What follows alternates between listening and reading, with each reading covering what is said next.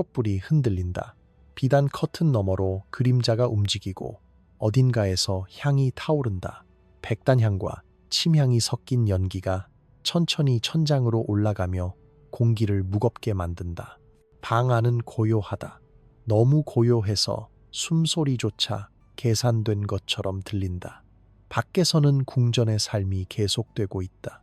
환관들이 복도를 지나가고 한여들이 속삭이며 차를 나른다. 하지만 여기 이 방 안에서는 시간이 다르게 흐른다. 여기서는 모든 것이 의식이다. 욕망조차도. 그녀는 침대 가장자리에 앉아 있다. 등은 곧게 펴고 손은 무릎 위에 가지런히 놓여 있다. 20살쯤 되어 보이지만 눈빛은 훨씬 더 늙었다. 14살에 이곳에 왔으니 벌써 6년이다. 이름은 없다. 아니, 정확히는 있었지만 잊었다. 번호만 있을 뿐이다. 43번. 그녀는 6년 동안 이곳에서 훈련받았다. 호흡법, 근육 조절, 도교 이론, 그리고 무엇보다도 침묵. 오늘 밤 그 훈련이 마침내 실전이 된다. 그녀는 두렵지 않다. 두려움을 느끼는 법도 잊었기 때문이다. 황제가 들어온다. 문이 조용히 열리고 비단 신발 소리가 대리석 바닥을 스친다. 노인이다. 58살. 피부는 회색빛이고 눈 아래에는 깊은 주름이 패여 있다. 숨은 가쁘다. 10걸음을 걸어오는 동안 2번이나 멈춰 섰다. 그는 그녀를 보지 않는다. 그녀도 그를 보지 않는다. 눈을 마주치는 것은 금지되어 있다. 이건 사랑이 아니다. 친밀함도 아니다. 이건 실험이다. 과학이다. 아니, 그들이 과학이라고 부르는 것이다. 칠보 병풍 뒤편에 3명의 의사가 앉아 있다. 그들의 존재는 숨겨져 있지만 그녀는 그들이 거기 있다는 것을 안다. 항상 거기 있었다. 한 명은 그녀의 맥박을 재기 위해 실로 연결된 비단 쿠션을 그녀 손목 아래에 놓는다. 실은 병풍을 통과해 의사의 손가락까지 이어진다. 맥박의 모든 변화가 전달된다. 다른 한 명은 청동 거울을 조정해 촛불빛이 침대를 더 잘 비추도록 한다. 그림자를 최소화하고 관찰을 극대화하기 위해서다. 3번째는 붓을 들고 기다린다. 먹물이 이미 준비되어 있다. 모든 신체 반응을 기록하기 위해서다. 호흡 빈도, 피부 온도의 변화, 땀의 분비 위치, 근육 수축의 강도, 모든 것이 적힌다. 그녀는 완벽한 정지 상태를 배웠다. 느끼지 말 것, 생각하지 말 것, 단지 수행할 것. 도교 경전에 따르면 여성의 몸은 정기의 그릇이다. 음의 에너지를 담고 있다. 남성은 양의 에너지를 가지고 있지만 그것은 소모된다. 특히 사정을 통해. 하지만 여성은 다르다. 여성은 쾌락을 통해 정기를 생성하고 그것을 남성에게 전달할 수 있다. 만약 남성이 절제하면서도 여성을 극도의 쾌락 상태로 이끌 수 있다면 그는 그녀의 정기를 흡수할 수 있다. 생명을 연장할 수 있다. 노화를 되돌릴 수 있다. 불멸에 한 걸음 더 다가갈 수 있다. 이것이 이론이다. 이것이 그들이 믿는 것이다. 그리고 이것이 그녀가 존재하는 이유다.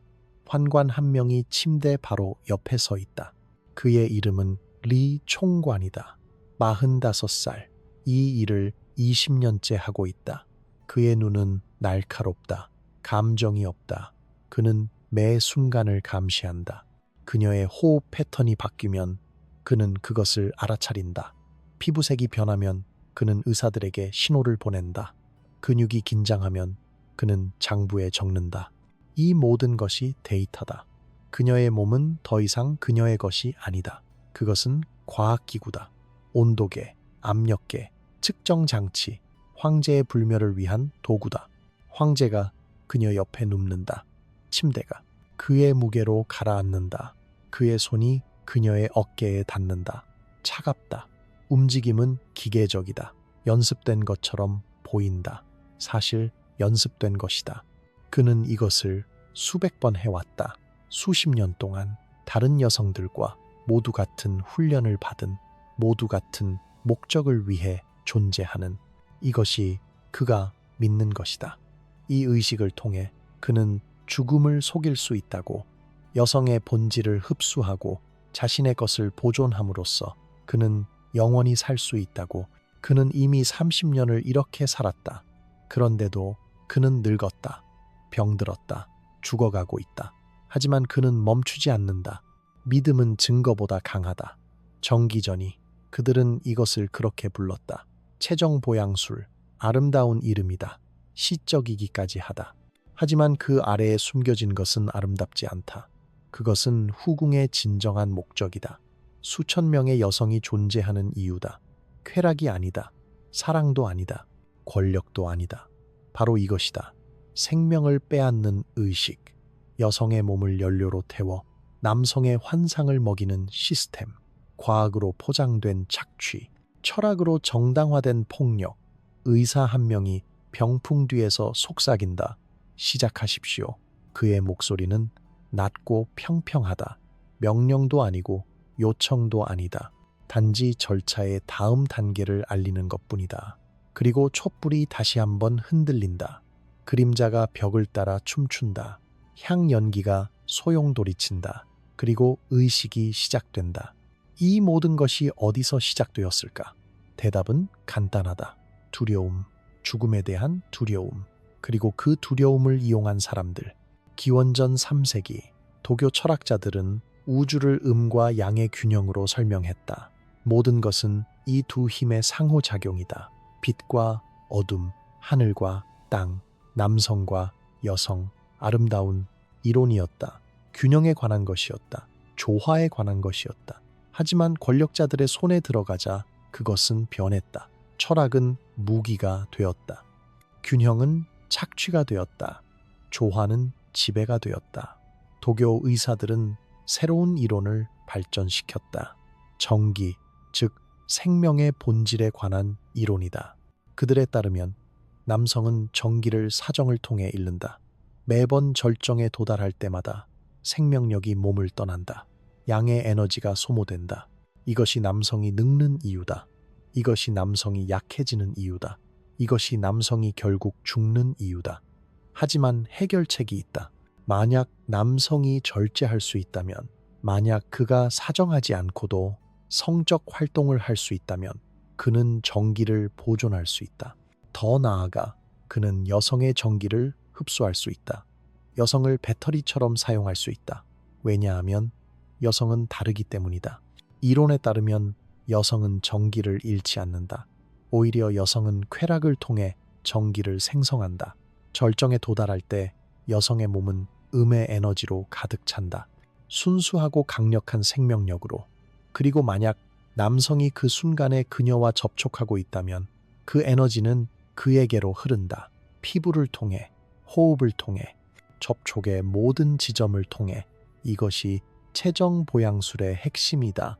여성에게서 취하고 자신은 주지 않는 것, 쾌락을 도구로 사용하되 결코 그것에 굴복하지 않는 것, 통제를 유지하되 여성은 통제를 잃게 만드는 것.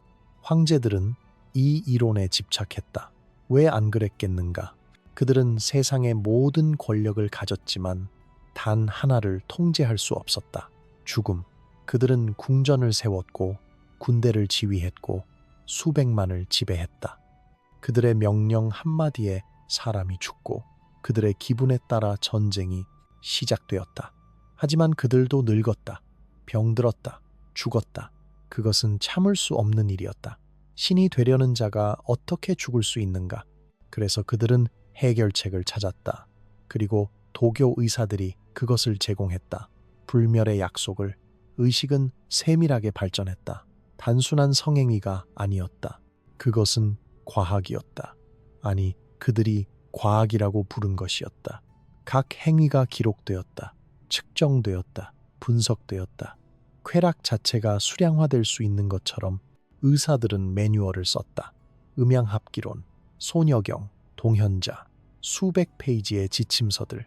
어떤 자세가 가장 효과적인지, 어떤 호흡 패턴을 사용해야 하는지, 어떤 시간대가 가장 좋은지, 여성의 어느 신체 부위를 자극해야 최대의 정기를 생성하는지, 모든 것이 상세하게 문서화되었다. 황제의 침실은 실험실이 되었다. 여성의 몸은 시약이 되었다. 그리고 모든 것이 문서화되었다. 얼마나 오래 지속되었는지, 여성이 몇 번 절정에 도달했는지, 황제가 절제를 유지했는지, 그의 맥박은 어땠는지, 그의 호흡은 어땠는지, 그의 피부색은 변했는지, 그가 더 젊어 보였는지, 그가 더 활력 있어 보였는지, 심지어 그의 대변의 색깔까지 기록되었다.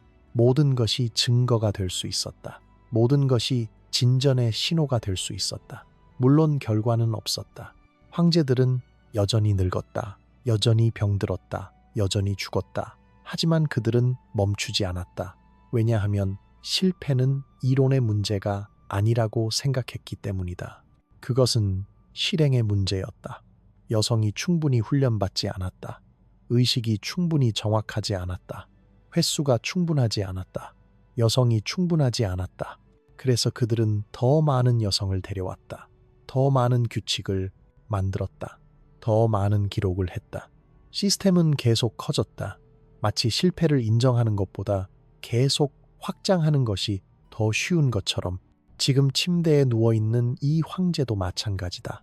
58살, 30년 동안 이 의식을 수행해왔다. 수백 명의 여성과 수천 번의 기록과 함께 그의 의사들은 그에게 말한다.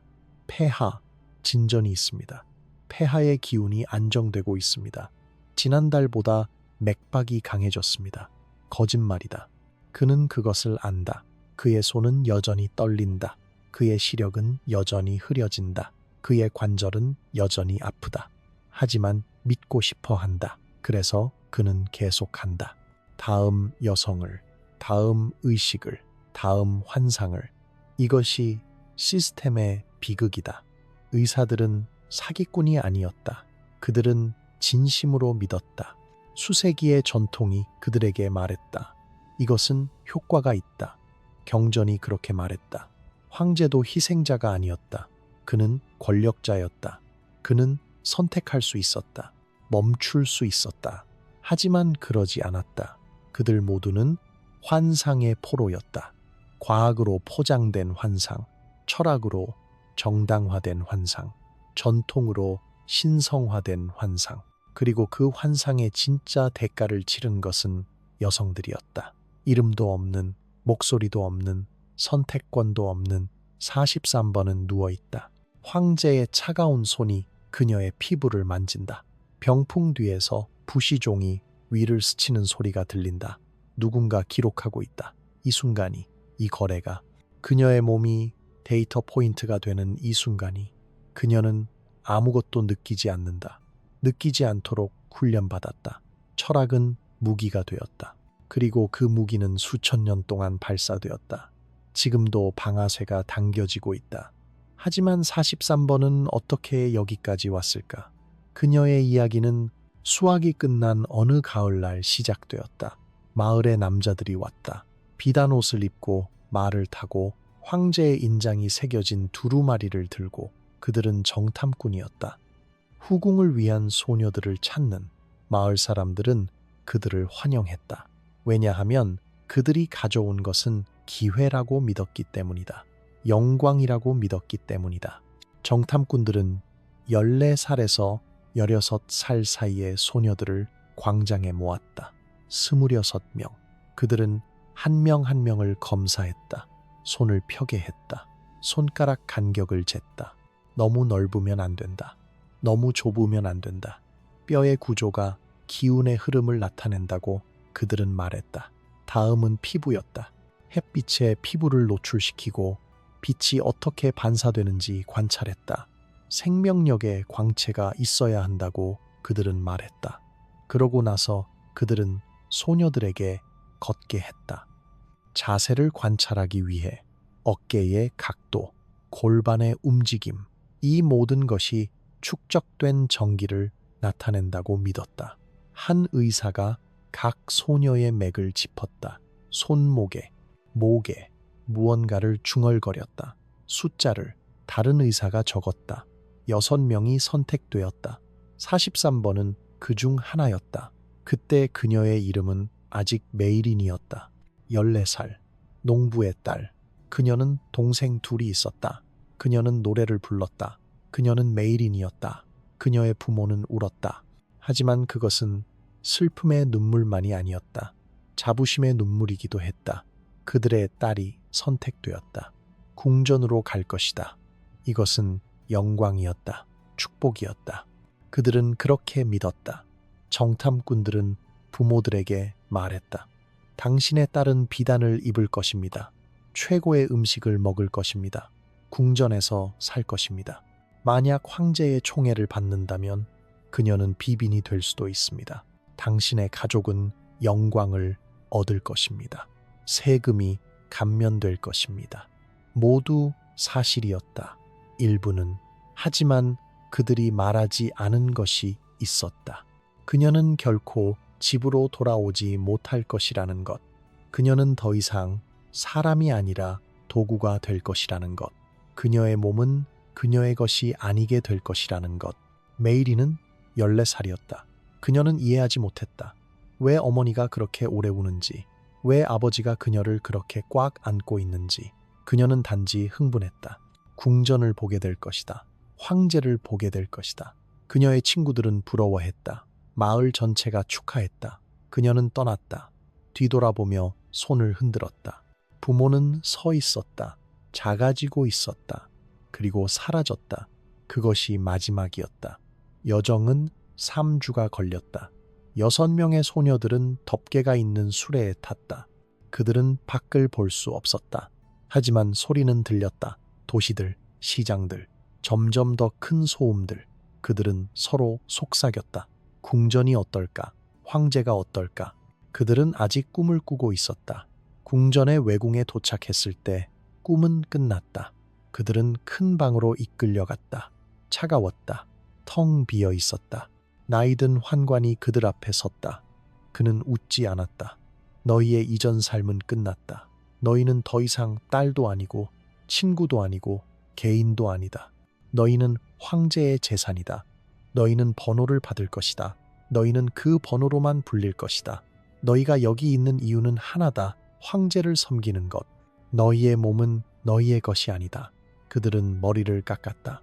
옷을 벗겼다. 차가운 물로 씻었다. 검사했다. 다시 더 철저하게. 의사들이 그들의 신체를 측정했다. 모든 부분을 기록했다. 메이리는 떨었다. 추위 때문만이 아니었다. 수치심 때문이었다. 두려움 때문이었다. 그녀는 이제 43번이었다. 메이리는 죽었다. 밤에 그녀는 울었다. 조용히. 다른 소녀들도 울고 있었다. 하지만 아무도 위로하지 않았다. 아무도 말하지 않았다. 그들은 이미 배우고 있었다. 첫 번째 교훈을. 침묵. 이것이 선택이었다. 이것이 영광이었다. 이것이 소녀에서 도구로의 변형이 시작되는 방식이었다. 그리고 이제 진짜 훈련이 시작되었다. 외궁 안에는 별도의 건물이 있었다. 교화관이라고 불렸다. 소녀들이 여성으로 변형되는 곳. 아니, 정확히는 도구로 변형되는 곳. 43번과 다른 소녀들은 매일 새벽 5시에 일어났다. 종이 울렸다.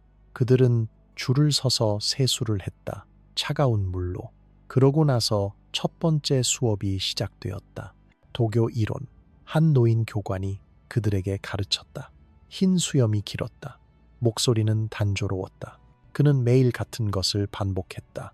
음과 양의 조화, 기의 순환, 경락의 흐름. 처음에는 추상적인 개념들처럼 보였다. 철학처럼. 하지만 곧 그것이 추상적이지 않다는 것을 깨달았다. 그것은 그들의 몸에 관한 것이었다. 여성의 몸에는 9개의 문이 있다. 교관이 말했다. 각 문은 다른 종류의 전기를 생성한다. 너희의 임무는 이 문들을 열고 전기를 최대로 생성하고 그것을 황제에게 전달하는 것이다. 이것이 너희가 존재하는 이유다. 그는 큰 두루마리를 펼쳤다. 여성의 신체 해부도였다. 하지만 의학 해부도가 아니었다. 도교 해부도였다. 경락이 그려져 있었다. 붉은 선으로. 지압점들이 표시되어 있었다. 검은 점으로. 그리고 그 9개의 문이. 각 문에는 이름이 있었다. 현주문, 곡골문, 단전문, 기해문, 시적인 이름들. 고대 중국어로. 하지만 그 의미는 시적이지 않았다. 그것들은 신체 부위였다. 성적 부위였다. 자극점들이었다. 교과는 계속 설명했다. 어떤 자극이 어떤 문을 여는지, 어떤 호흡 패턴이 기를 강화하는지, 어떤 근육을 조절해야 하는지, 어떤 시간대가 가장 효과적인지. 그는 붓으로 두루마리의 각 지점을 가리켰다. 소녀들은 메모했다. 붓과 먹물로. 그들은 15살이었다. 14살이었다. 그들은 이것을 배우고 있었다. 얼굴을 붉히며. 하지만 질문할 수 없었다. 부끄러움을 표현할 수 없었다. 하지만 이론만으로는 충분하지 않았다. 실습이 있었다. 교화관의 깊은 곳에는 또 다른 방이 있었다. 연습실이라고 불렸다. 창문이 없었다. 등불만이 방을 밝혔다. 거기에는 옥으로 만든 모형들이 있었다. 남성의 신체 부위를 정확하게 재현한 다양한 크기로, 다양한 각도로 소녀들은 이것을 사용해 연습했다. 자세를, 움직임을, 근육 조절을. 처음에는 울었다, 떨었다. 하지만 시간이 지나면서 그것은 일상이 되었다. 기계적인 반복이 되었다. 한 여성 교관이 그들을 가르쳤다. 여려 비빈이었다. 60살쯤 되어 보였다. 얼굴에 깊은 주름이 있었다. 하지만 자세는 곧았다. 목소리는 날카로웠다. 그녀는 한때 황제의 총애를 받았다. 20년 전에. 이제 그녀의 역할은 다음 세대를 훈련시키는 것이었다. 자신이 겪은 것을 다른 이들에게 가르치는 것이었다. 그녀는 엄격했다. 차갑게 말했다. 실수를 용납하지 않았다. 하지만 가끔 그녀의 눈에서 무언가가 보였다. 슬픔 같은 것, 후회 같은 것. 그녀도 한때 43번 같았다. 너희의 목적은 황제의 정기를 보존하면서 동시에 그를 만족시키는 것이다. 여려 비빈이 말했다. 이것은 모순처럼 들린다.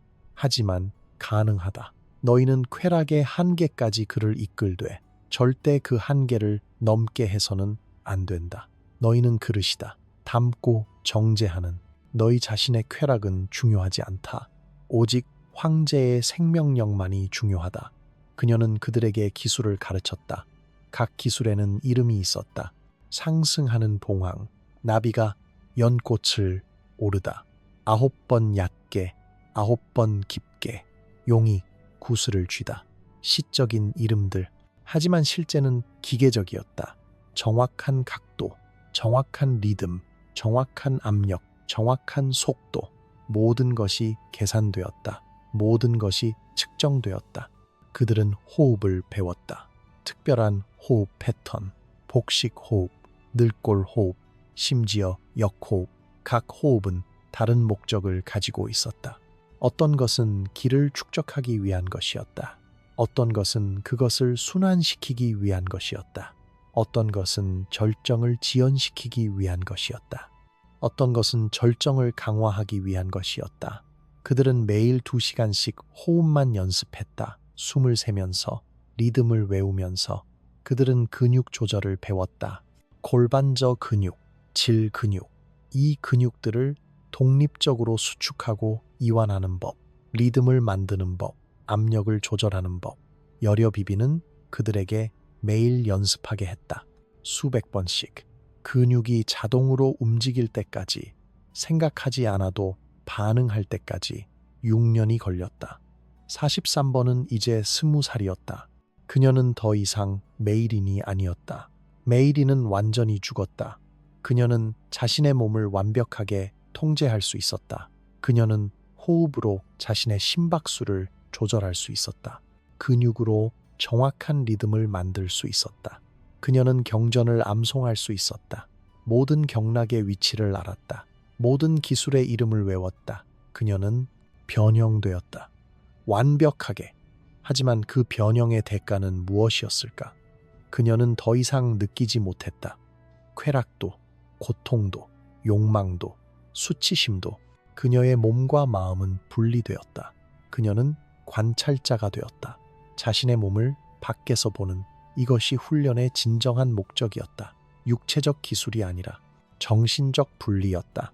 그들은 소녀들을 기계로 만들었다. 의식의 기계로. 그리고 43번은 완벽한 기계였다. 감정 없는, 저항 없는, 여려 비비는 그녀를 보며 고개를 끄덕였다. 너는 준비되었다. 그녀의 목소리에는 슬픔이 섞여 있었다. 아니면 43번이 그렇게 들었다. 그리고 그날 밤 43번의 이름이 명단에 올랐다. 황제의 침실로 갈 명단에. 6년의 훈련이 끝났다. 진짜 목적이 시작되었다. 그리고 이제 우리는 다시 그 방으로 돌아온다. 촛불이 흔들리는 그 방으로. 43번이 황제 옆에 누워있는 그 방으로.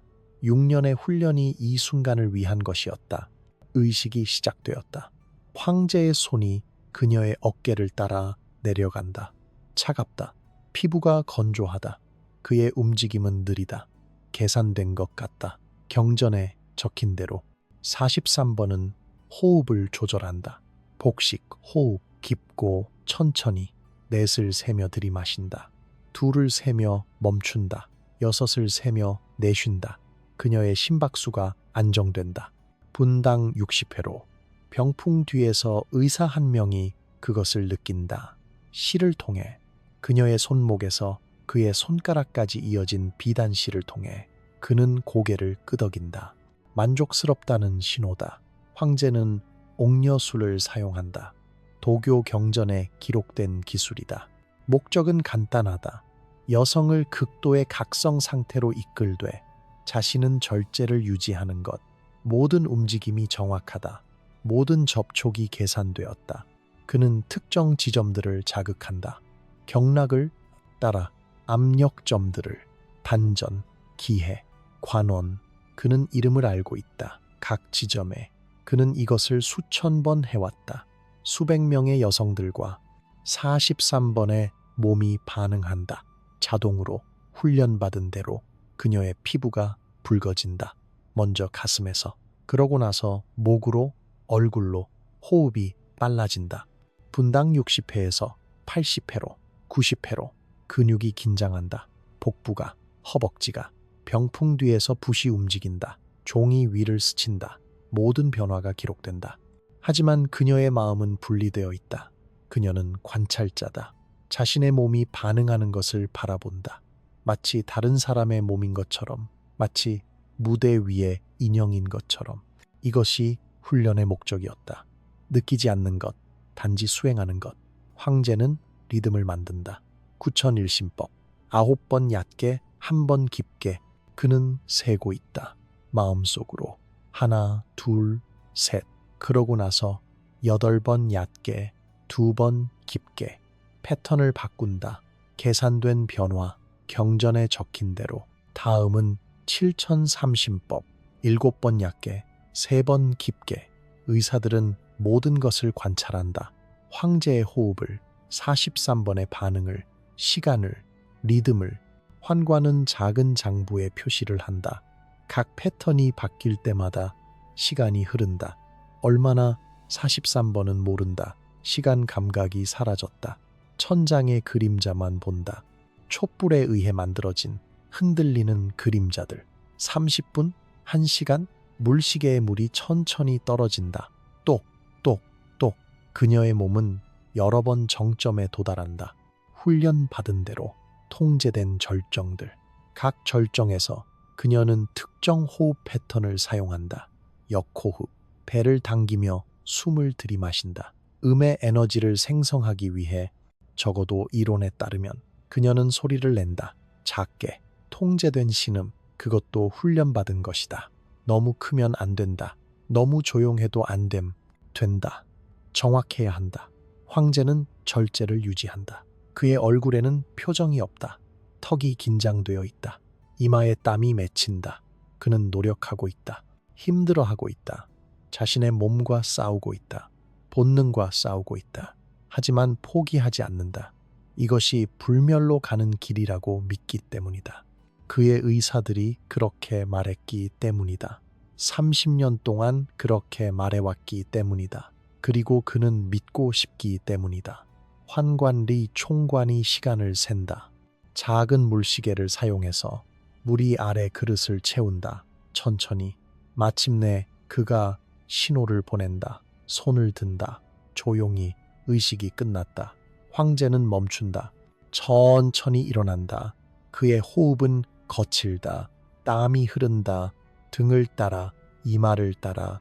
하지만 그는 미소 짓는다. 작게 승리의 미소. 그는 해냈다. 다시 한번 정기를 보존했다. 생명을 연장했다. 그렇게 믿는다. 의사 한 명이 병풍 뒤에서 나온다. 그는 황제에게 차를 건넨다. 특별한 약초차. 인삼과 녹용으로 만든 폐하 최적의 결과입니다. 그가 말한다. 목소리는 평평하다. 감정이 없다. 이 단어를 최적. 하지만 무엇이 최적인가? 황제는 여전히 늙었다. 여전히 약하다. 여전히 죽어가고 있다. 하지만 숫자들은 기록된다. 장부의 증거로, 환상의 증거로. 43번은 누워있다. 그녀의 몸은 떨린다. 피로와 긴장으로 근육이 아프다. 피부가 민감하다. 모든 접촉이 과장되게 느껴진다. 하지만 그녀의 마음은 텅 비어 있다. 그녀는 아무것도 느끼지 않는다. 쾌락과 고통을 구별할 수 없다. 그것들이 같은 것이 되었다. 감각일 뿐이다.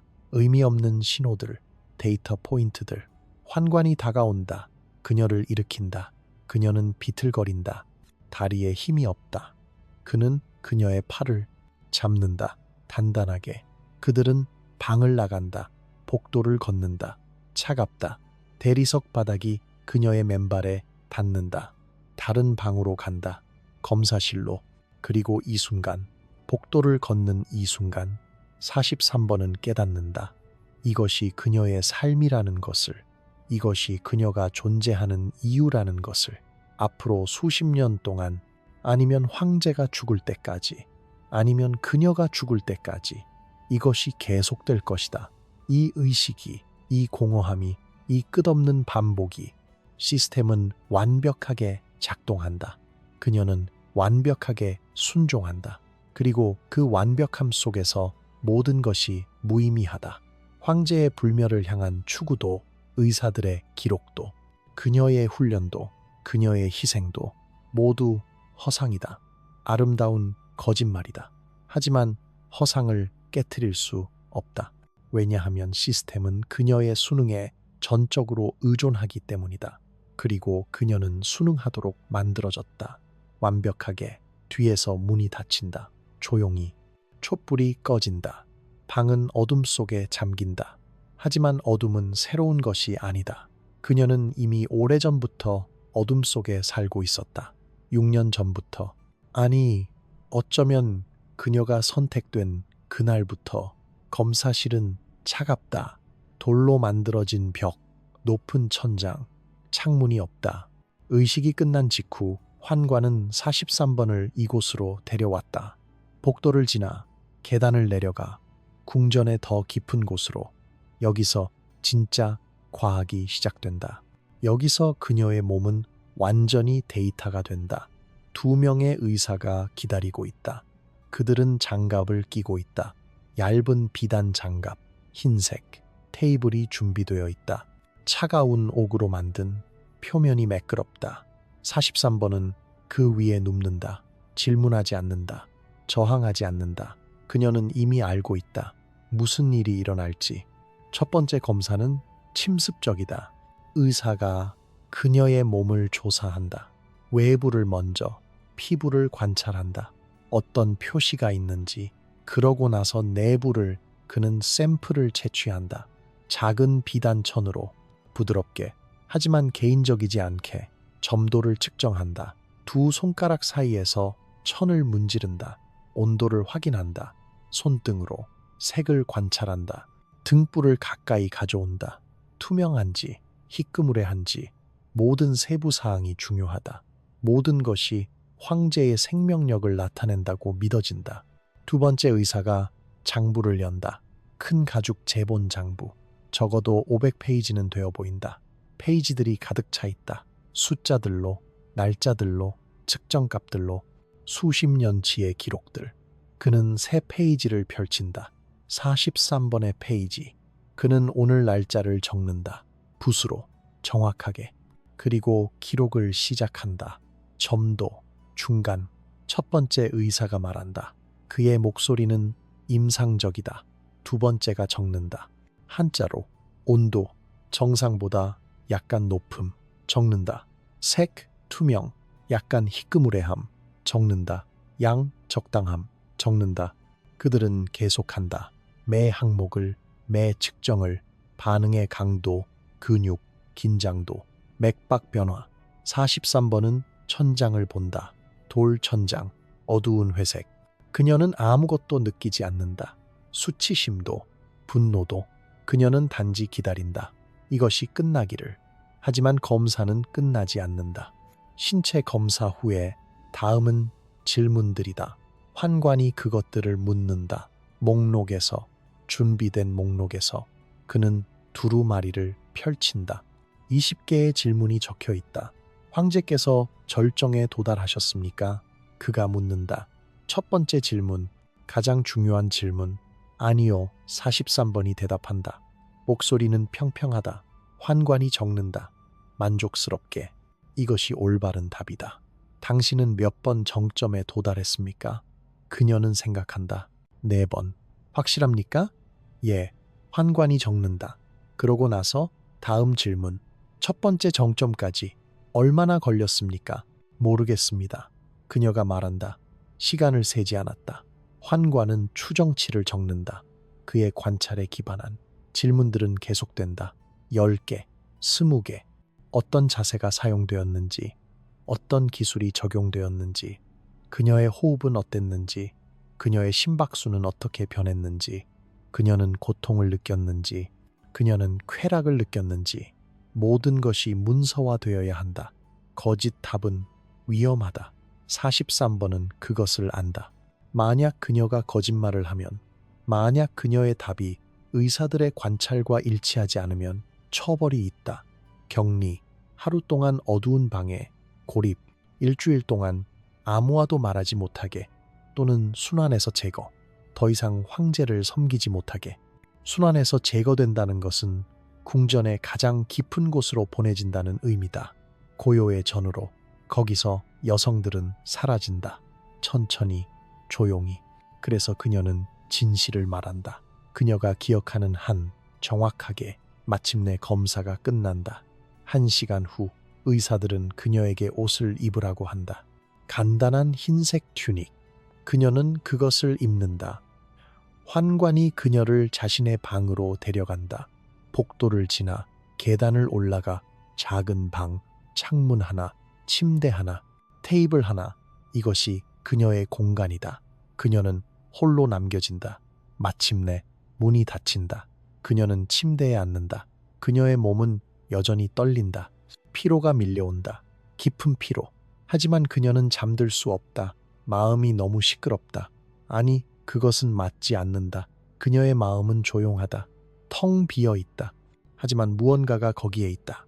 공허함 너머에 각 여성의 몸은 보고서가 된다. 그녀의 쾌락은 통계적 항목이 된다. 황실 장부는 황제들보다 오래 산다. 관료적 불멸이 인간의 생명을 희생하여 달성된다. 이것이 시스템의 진정한 승리다. 인간은 죽지만 데이터는 영원하다. 병렬선이 그어진다. 제국의 통제 시스템은 현대 감시보다 수세기 앞선 데이터 기반 전체주의다. 숫자들은 축적된다.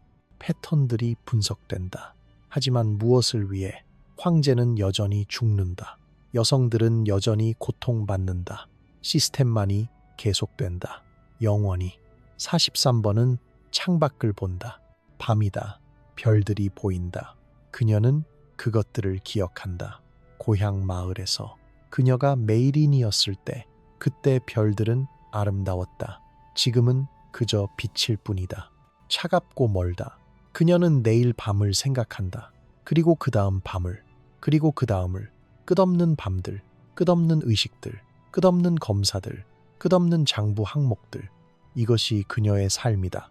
이것이 그녀가 선택된 이유다. 데이터가 되기 위해. 하지만 후궁은 단순한 침실이 아니었다. 그것은 기계였다. 관료제였다. 계층, 일정, 순환, 번식, 프로토콜. 황제의 만남은 우연이 아니었다. 모든 것이 계산되었다. 점성술사들이 날짜를 정했다. 달의 위상에 따라, 행성의 배치에 따라 의사들이 여성들을 선택했다. 월경 주기에 따라, 건강 상태에 따라, 정기 축적에 따라 각 여성에게는 등급이 있었다. 황후, 귀비, 비빈, 첩, 그리고 가장 낮은 등급, 궁녀. 등급은 특권을 결정했다. 하지만 더 중요하게는 등급은 순환을 결정했다. 얼마나 자주 황제를 만나는지, 얼마나 오래 머무는지, 어떤 의식이 수행되는지. 43번은 첩이었다. 중간 등급. 그녀는 한 달에 2번 황제를 만날 것이다. 만약 그녀가 임신하면 그녀는 승진할 것이다. 비빈으로 더 큰 방, 더 나은 음식, 더 많은 존경. 하지만 또한 순환에서 제거. 적어도 임신 중에는 역설이 있었다. 여성들은 비옥해야 했다. 하지만 임신하지 말아야 했다. 왜냐하면 임신은 의식을 방해하기 때문이다. 그래서 약초, 토닉이 사용되었다. 생식력을 통제하기 위해, 어떤 것은 강화하기 위해, 어떤 것은 억제하기 위해 의사들이 결정했다. 누가 무엇을 받는지. 43번은 억제 토닉을 받았다. 매일 아침 쓴맛이 났다. 그녀는 그것을 마셨다. 질문하지 않았다. 하지만 그녀는 알고 있었다. 일부 여성들은 다른 토닉을 받았다. 강화 토닉. 그들은 선택된 자들이었다. 황제의 후계자를 낳도록. 43번은 그중 하나가 아니었다. 임신은 승진을 가져왔다. 하지만 또한 추방을. 임신한 여성은 양육궁으로 보내졌다. 궁전의 한쪽 날개. 거기서 그녀는 출산할 때까지 머물렀다. 아이가 태어나면 그것은 그녀에게서 빼앗겼다. 아들이면 환관들이 키웠다. 딸이면 유모들이. 어머니는 볼 수 없었다. 가끔만 통제된 방문들. 그리고 그 후 그녀는 돌아왔다. 순환으로. 하지만 다른 여성으로 몸이 변했다. 순환으로. 더 이상 순수한 그릇이 아니었다. 의사들은 그녀를 다시 검사했다. 다시 측정했다. 다시 등급을 매겼다. 어떤 여성들은 강등되었다. 어떤 여성들은 은퇴했다. 은퇴된 여성들은 고요의 전으로 갔다. 궁전의 가장 깊은 곳, 조용한 무덤. 거기서 그들은 살았다. 만약 그것을 삶이라고 부를 수 있다면 작은 방들, 최소한의 음식, 침묵. 그들은 늙었다. 천천히, 보이지 않게. 아무도 그들을 방문하지 않았다. 아무도 그들을 기억하지 않았다. 감시는 강화되었다. 절망이 커질수록 환관들이 복도를 순찰했다. 밤에, 낮에 여성들이 탈출하려 하는지 확인하기 위해. 하지만 어디로? 궁전 벽은 높았다. 문은 지켜졌다. 탈출은 불가능했다. 자살이 있었다. 가끔 조용히 기록되었다. 급병으로. 장부에 진짜 원인은 적히지 않았다. 시스템의 실패를 인정하는 것이기 때문이다. 그래서 그것은 숨겨졌다. 묻혔다. 잊혔다. 시스템은 반란을 흡수했다. 통제를 강화함으로써 더 많은 규칙, 더 많은 검사, 더 많은 감시. 그물이 더 촘촘해졌다. 탈출은 더 불가능해졌다. 43번은 이 모든 것을 알고 있었다. 그녀는 다른 여성들을 보았다. 도착하는 것을, 떠나는 것을, 사라지는 것을. 그녀는 자신의 미래를 보았다. 수십 년의 의식들. 그러고 나서 고요의 전. 그러고 나서 침묵. 그러나 시스템이 얼마나 완벽해 보여도 균열은 있었다. 작은 균열들. 침묵 속에 숨겨진. 수세기 후 고고학자들이 궁전 유적을 발굴했다. 무너진 벽 아래에서 그들은 무언가를 발견했다. 일기들, 편지들, 비밀스럽게 숨겨진 여성들의 목소리. 마침내 들리는 여성 A. 이름은 기록되지 않았다. 단지 번호만. 27번. 그녀는 20년 동안 복무했다. 그녀의 일기는 짧은 문장들로 가득했다. 매일 같은 것을 반복했다. 오늘 의식, 오늘 검사, 오늘 침묵. 하지만 마지막 항목은 달랐다. 나는 더 이상 내가 누구인지 모른다. 단 하나의 문장. 하지만 그것은 모든 것을 말했다. 20년, 수천 번의 의식들, 수천 번의 검사들, 그리고 끝에 남은 것은 무엇인가? 공허함, 완전한 자아의 상실. 심리학자들이 이 일기를 분석했다. 현대의 관점에서 그들은 진단을 내렸다. 심각한 해리 장애, 외상 후 스트레스, 정체성 해체, 기술적인 용어들. 하지만 진짜 의미는 간단했다. 시스템이 그녀를 부쉈다는 것. 여성 B, 그녀는 달랐다. 그녀의 편지들은 의심으로 가득했다. 비밀스러운 의심들. 그녀는 외국 상인들과 만났다. 어떻게든 그들은 그녀에게 책을 주었다. 의학 서적들, 서양에서 온. 그녀는 그것들을 읽었다. 그리고 깨달았다. 정기 이론은 거짓이다. 그녀가 적었다. 비밀 편지에 나는 의사와 대면했다. 그에게 증거를 보여주었다. 서양 의학이 증명한 것을. 그는 화를 냈다. 나를 이단자라고 불렀다. 나를 위협했다. 다음 항목이 마지막이었다. 그들이 나를 데려가려 온다. 고요의 전으로. 나는 돌아오지 못할 것이다. 그녀는 옳았다. 그 후 그녀에 대한 기록은 없다. 장부에서 그녀의 이름은 지워졌다. 그녀는 사라졌다. 진실을 말했기 때문에. 이 증언들은 무엇을 드러내는가? 완전한 통제 속에서도 개인의 목소리가 살아남았다는 것. 작은 반란의 조각들이. 감히 의심한 자들, 감히 질문한 자들, 감히 진실을 본 자들. 하지만 그들의 운명은 무엇이었는가? 침묵, 추방, 죽음.